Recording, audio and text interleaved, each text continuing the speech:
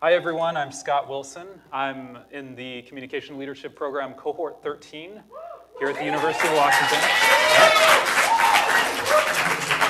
And this evening I want to talk to you a little bit about a project that I'm working on called Emergence. But before I do that, I want to share with you a little bit of why I'm here. A year ago, I was interviewing a Brazilian fashion designer by the name of Gabriela Sergato for a short film about her work. Gabriela crochets these wonderful yarn garments that are anything but form-fitting. And during our discussion, she told me that even from an early age, she understood that this deep passion for design would radically shape her life. It was the thing that made her whole. And she said this to me: "In my experience, I feel that if I don't create, I'll die. I need my creations to survive." Now, as someone who interviews a lot of people, typically corporate types, and assembles their story from their own words, I have to tell you that this is the sort of sentiment that makes me want to jump out of my chair when I'm hearing it in the interview and do a dance. I'm going to spare you my dance moves tonight. But maybe after ice cream. The reason this gets me so excited is because it's the sort of sentiment that cuts through the typical defensive layers that we show the world. It's authentic, it's vulnerable, and it always makes it into the final edit. And these attributes of authenticity and vulnerability, these are the things that set us apart in our storytelling. These are the things that help our stories emerge. And I'm standing in front of you tonight because I think that we are missing an opportunity, that more often than not, individuals and organizations alike aren't telling the best stories that they have to tell. And I think we could do better here. There's a very real nervousness to talking about our deepest fears, our truths, and our passions.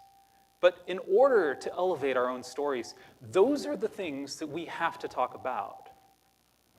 And that's why I began the Emergence Project. Emergence is a series of short films that focus on people who have found their deepest passion and how those passions enrich and mold their lives.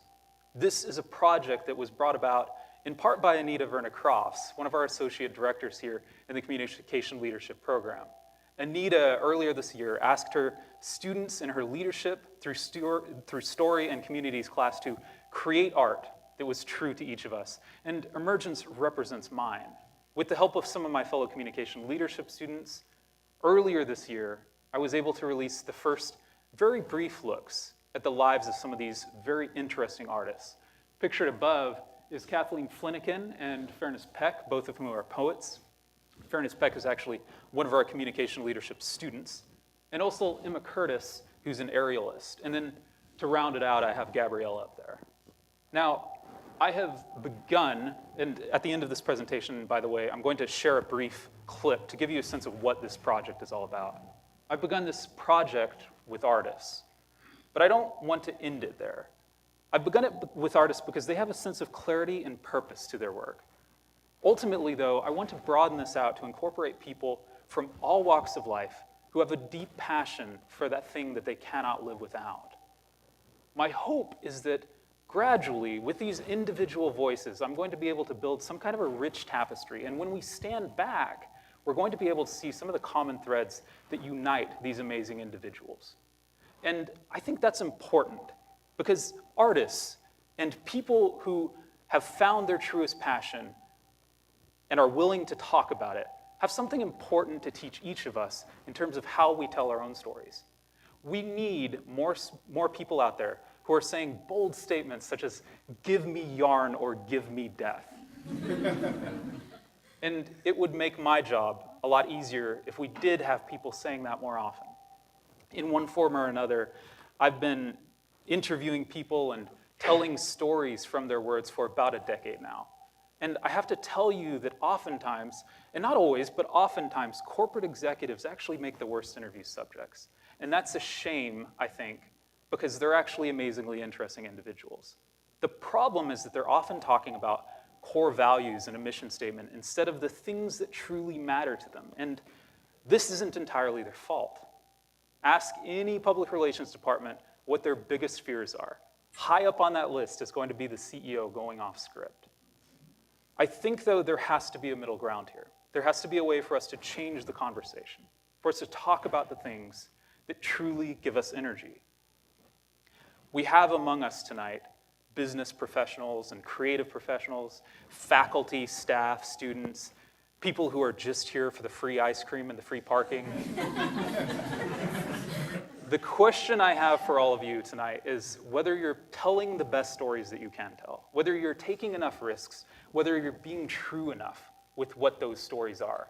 Oftentimes, the best stories that an individual or an organization or a society have to tell focus on the person who is following that thing that they cannot live without with abandon.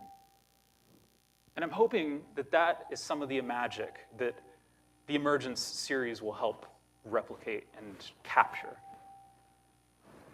This is a young project, and it's going to take time for me to build it into the thing that I want it to be.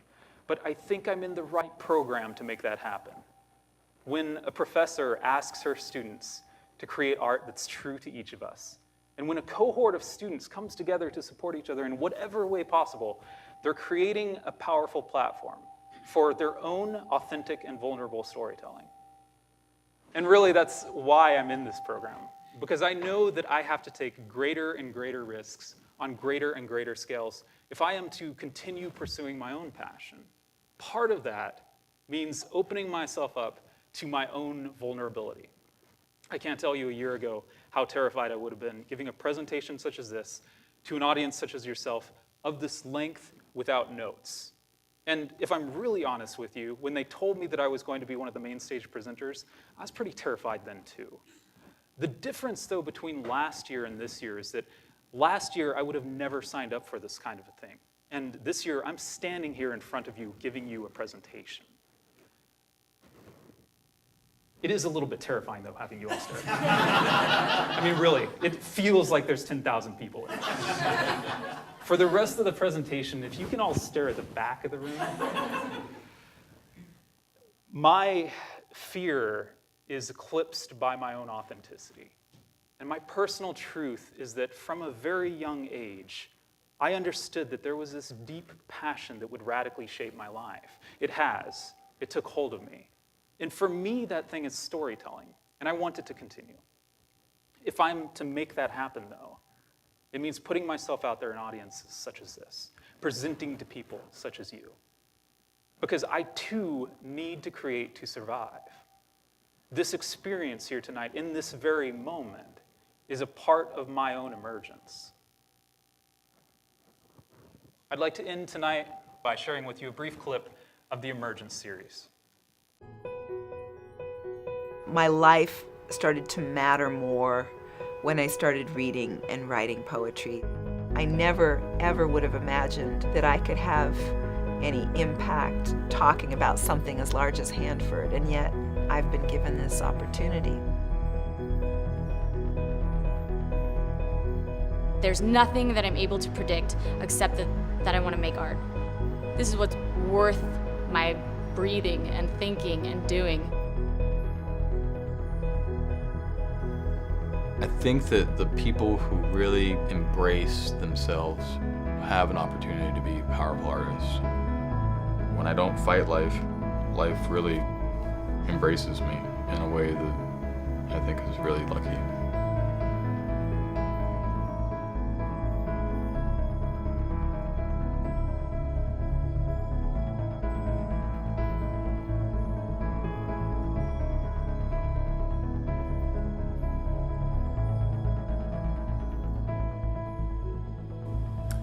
Please go to the website. Please watch some of the full stories of these individuals. They have great things to say. Thank you so much.